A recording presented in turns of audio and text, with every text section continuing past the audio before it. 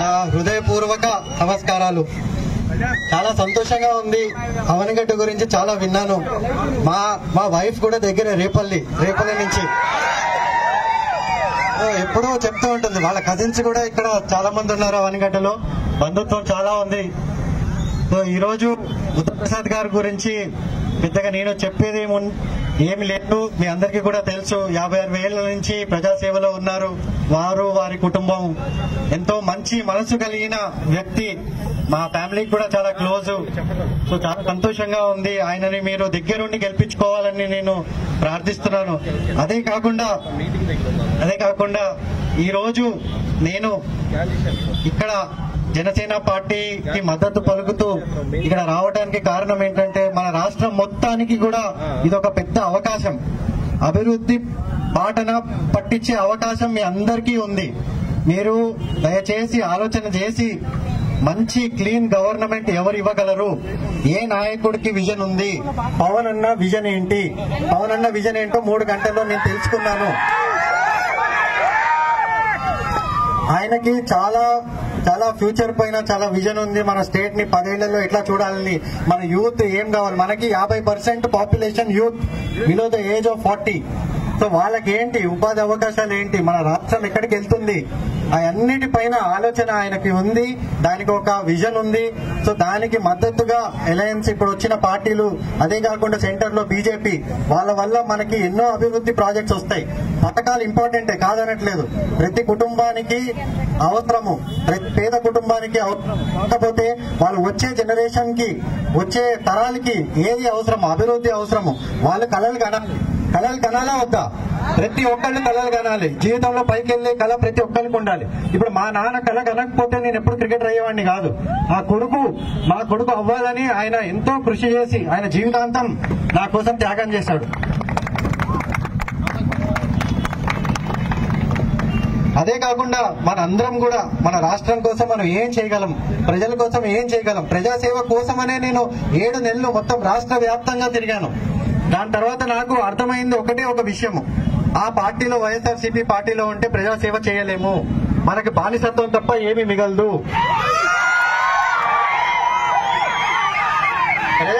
ప్రజాసేవ చేయాలి, మనుషులకి సేవ చేయాలి. మీరు చెప్పండి, ఒక్క ఎంపీ ఎమ్మెల్యేతో మీకు ఏమైనా పని అయిందా ఈ రోజు వరకు? వాళ్ళు ఏమి, ఎక్కడ ఉన్న వైసీపీలో ప్రతి ఎంపీ ఎమ్మెల్యే ఆయన కాలి కింద చెప్పులే. ఆయన ఎక్కడ వదిలితే అక్కడే ఉండాలి. మళ్ళీ వేసుకునేదాకా అక్కడే ఉంటారు. వాళ్ళతో ఏ పని అవ్వదు.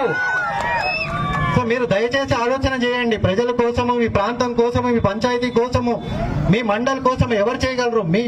మీ యువత కోసము, వచ్చే జనరేషన్ కోసము, ఒక్క నియోజకవర్గం కోసము, అదే కాకుండా మొత్తం మన రాష్ట్రం కోసము. దేశంలోనే మన రాష్ట్రము ఎన్నో ఏళ్లుగా 50-60 సంవత్సరాల నుంచి, స్పెషల్లీ మన కోస్తా ప్రాంతము అన్ని విధాలుగా ముందున్న ప్రాంతాన్ని వెనుకబడేశాడు, భయంకరంగా వెనుకబడేశాడు. ఒక్క ప్రాజెక్ట్ లేదు ఇక్కడ. మనం ఏం అడిగినా గానీ కృష్ణా జిల్లా దగ్గర నుంచి గోదావరి జిల్లాల దాకా, ఉమ్మడి జిల్లాలు ఇప్పటి వరకు ఒక్క ప్రాజెక్ట్ అయింది లేదు. మేము ఉన్నప్పుడు కూడా ఎన్నో అడిగాం. అయ్యా ఇది అవ్వట్లేదు, గుంటూరు ఛానల్ అవ్వట్లేదు, అయ్యా దీన్ని ఏమైనా చేయండి, దాన్ని ఏమైనా చేయండి, ఎన్నో అడిగాం. ఒక ఫ్యాక్టరీ తీసుకురండి. ఇక్కడ అందరూ బీటెక్ చేసిన వాళ్ళు ఉన్నారు. ఇండస్ట్రీస్ తీసుకురండి. ఒక్కటి లేదు, ఒక్క ఆలోచన లేదు. ఏమన్నా అంటే ఒక బటన్, ఆ బటన్ తో ఏమవుతుంది? సరే, బటన్ తో పాటు ఒక బొచ్చ కూడా ఇస్తే అయిపోద్ది మొత్తం రాష్ట్రానికి. నేను ఒకటి మీ అందరినీ కోరుకుంటుంది, దయచేసి మీరు ఫ్యూచర్ గురించి ఆలోచన చేయండి. పథకాలు ఉంటాయి, దాంతో పాటు అభివృద్ధి కూడా ఉంటుంది. అదే కాకుండా మన ప్రాంతము, దేశంలోనే మన రాష్ట్రము నంబర్ 1 రాష్ట్రంగా చూడాలని నా కోరిక. ప్రతి యూత్ కూడా అదే కోరిక ఉండాలి.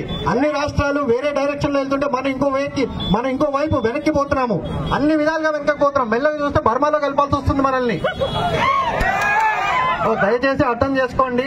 నేను ఎందుకు చెప్తున్నానో అర్థం చేసుకోండి. నేను 7 నెలలు తిరిగి ఉన్నాను. నాకు తెలుసు అక్కడ ఏం పని చేయలేము, వాళ్ళతో ఏం పని కాదు. మీరు ఏ ఎమ్మెల్యేని ఎన్నుకున్నా, ఏ ఎంపీని ఎన్నుకున్నా వాళ్ళకి ఏ పని చేసే కెపాసిటీ లేదు, వాళ్ళకి ఏ పని చేసే పవర్ లేదు. సో ఈ రోజు ఇంకొకటి, జనసేన పార్టీ అనేది ప్రతి కులాన్ని, మతాన్ని ఒకటేలాగా చూసి అందరికీ ఈక్వల్ ఆపర్చునిటీ ఇచ్చి సామాజికంగా, రాజకీయంగా అందరినీ ముందుకు తీసుకుని వెళ్లే ఏకైక పార్టీ జనసేన పార్టీ. ఆ జెండా కింద ఆయన విజన్ మొత్తం రాష్ట్రానికి కులాలు మతాలు భేదాలు మన ఇళ్ళ కొట్టిన రోజు మనం ముందుకెళ్తాము. ప్రతి ఒక్కరము జన సైనికుడు అంటే మనం అరవటం కాదు, కేకలు పెట్టడం కాదు, ఒకరిని కొట్టడం కాదు.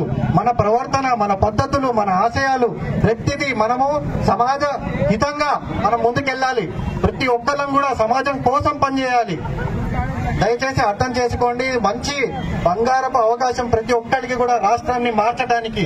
ఇది పోయిందంటే మళ్ళీ 5 ఏళ్ల తర్వాత ఇంకా పాతాళంలోకి వెళ్తాము. దాని తర్వాత మనకి అవకాశాలు ఉండవు. సో అదే కాకుండా ఇప్పుడు ఇచ్చిన మేనిఫెస్టోలో కూడా 4,000 రూపాయల పెన్షన్ చేయటము, ఈ 2 నెలలు కూడా పేదవాళ్ళందరికీ ఆదుకుంటామని కూడా ప్రామిస్ చేయడం జరిగింది. అదే కాకుండా నాకు పూర్తి నమ్మకము, ఏ మేనిఫెస్టో అయినా, ఏ గవర్నమెంట్ ఉన్నా, ఏ అలయన్స్ ఉన్నా కానీ పవన్ అన్న ముందు ఉండి దాన్ని కరెక్ట్ గా జరిగేటట్టు నడిపిస్తాడు.